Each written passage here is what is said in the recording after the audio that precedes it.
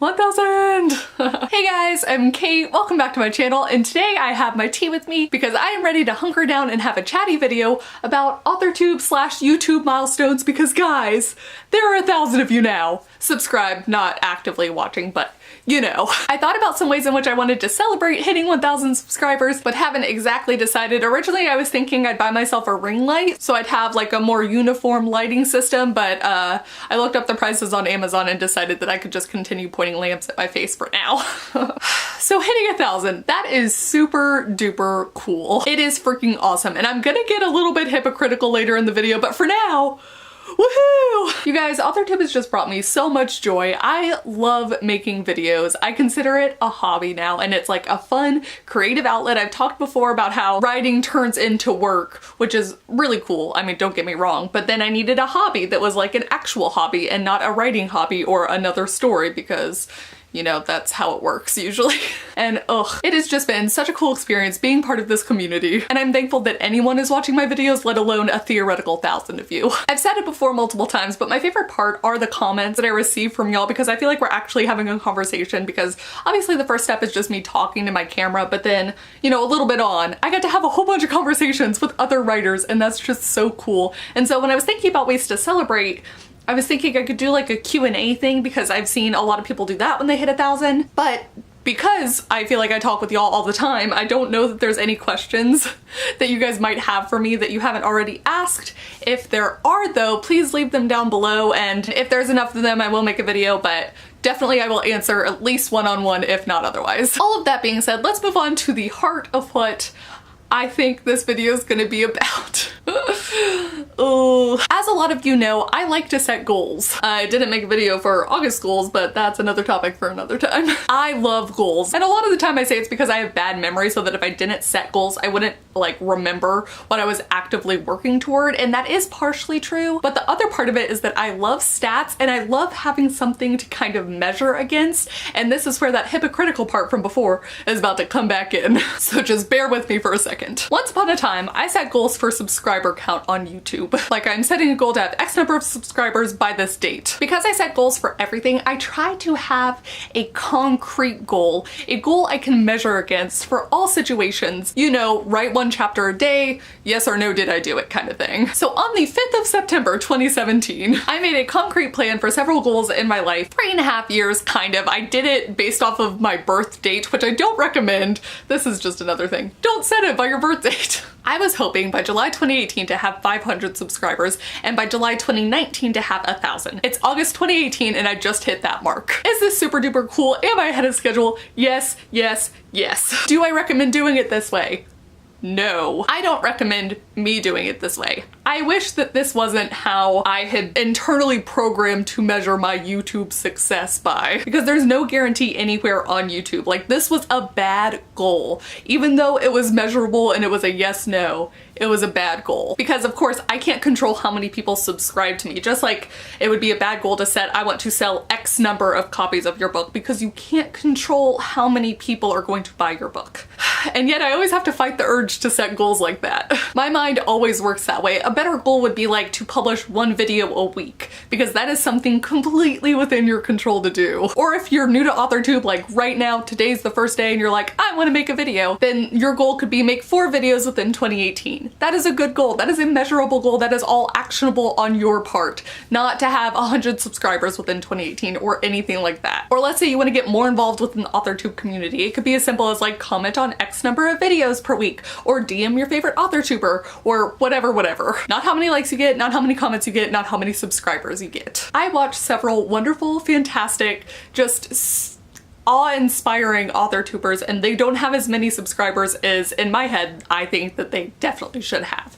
Someone smarter than me, or someone more marketable, and there's several AuthorTubers that are just like marketing geniuses, they may have it figured out. They may know. But I don't get it. And for me, that makes hitting milestones like this, hitting 1,000 subscribers, really cool, but also like, I don't know. It makes it really confusing, and that's not to say that I feel bad, but just to reinforce the idea that even though my mind lit up when I saw that 1,000 subscribers, and it still does when I see it, that really shouldn't be my marker of personal achievement or anything. And yet here we are. a video about hitting 1,000 subscribers. Another reason I feel conflicted is that 1,000 subscribers is only one person away from 999 subscribers. Like, I don't really feel any different. And truthfully, it's not like I did anything different to get that one extra person. I think I looked at 998 and I was like, wow, so close. And then I looked at 1,001 and I was like, woohoo, I did it! What? Like, I legit texted my brothers, I took a screenshot and I was like, I'm so fancy, guys! 998 to 1001 is just 3 people, 3 clicks different, you know? But still, there was something that I was like, oh, that extra one, that one that pushed it over to 1,000 in my mind. Why? But still, I'm excited. It's weird. Because it truly does feel like a celebration of an achievement, but at the same time, not really, you know? Am I making any sense? Oh, speaking of my brother's calling. Hey. Yes, can I call you back? Yay, okay, will do. All right, love you. Bye. How did he know I was filming? Does anyone else feel this way when they hit a milestone? Because it's like all of the theoretical work that you've put in, I don't even know. Where am I going with this? For reference, I have a couple other YouTube specific goals, but they're ones that I can do that I have the power for. Like previously, I wanted to do daily Camp NaNoWriMo vlogs in April, and I did not succeed in that, but it was a goal and it was all up to me. And then I wanted to do weekly vlogs during July's Camp NaNoWriMo while also managing to talk about like some of the topical things I wanted to do and making videos about that. That was a goal and that one I succeeded, which is cool. Looking to the future of 2018, I also kind of am debating doing daily NaNoWriMo vlogs again and maybe participating in VLOGMAS, so I need to make a decision on either or both of those, but those are concrete goals. Those are things that I have all the power on. It's not I hope to get X number of views on each one of those NaNoWriMo daily vlogs or anything like that. It's just put in the work and yes, you did it. But to bring it right back around to the hypocritical part of it, or like the I should know better part of it, I also have a YouTube goal that is to get 4,000 watch hours because YouTube has set that as kind of like a barrier for monetization. It's like 4,000 hours of watch time and 1,000 subscribers. And look, that's not something I have any control over. I can't make people watch that many hours of me talking about writing or reading or traveling. But in the same way that I hit 1,000 subscribers, it's like the more videos I make, the more watch hours I get. So I do have control, but I don't have control. Ugh. This is the problem. Anyways, what I think I'm trying to say is thank you. I'm trying to acknowledge that hitting 1,000 subscribers is a really, really cool feeling, but also recognize that my favorite part about making videos is the conversation and that I was having awesome conversations at 500 and 100 subscribers too. Being a creator on YouTube can be so maddening when you're like focusing on the numbers, but it's one of the best things I've ever done for getting myself involved in the writing community and making other writer friends. Please comment down below and let me know if you're a creator, how often you kind of weigh your metric against what you're doing or what you think you should be doing. If you're a viewer, does it even matter how many subscribers a person has? And I ask that as a viewer and I have never cared. The one thing I will say is that sometimes when I see someone has like a lot of viewers, I'll be like, oh, you know, maybe there's like a really good reason for that. But honestly, I watch who I watch because I like to watch them.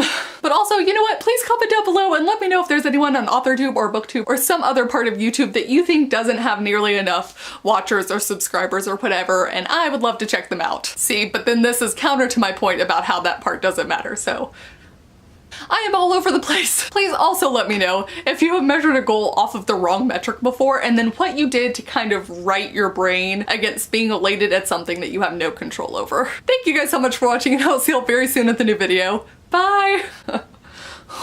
What am I talking about in this video? And because where am I going with this? I never finish my drink when I'm talking to the camera. Like, it just goes cold. I get distracted.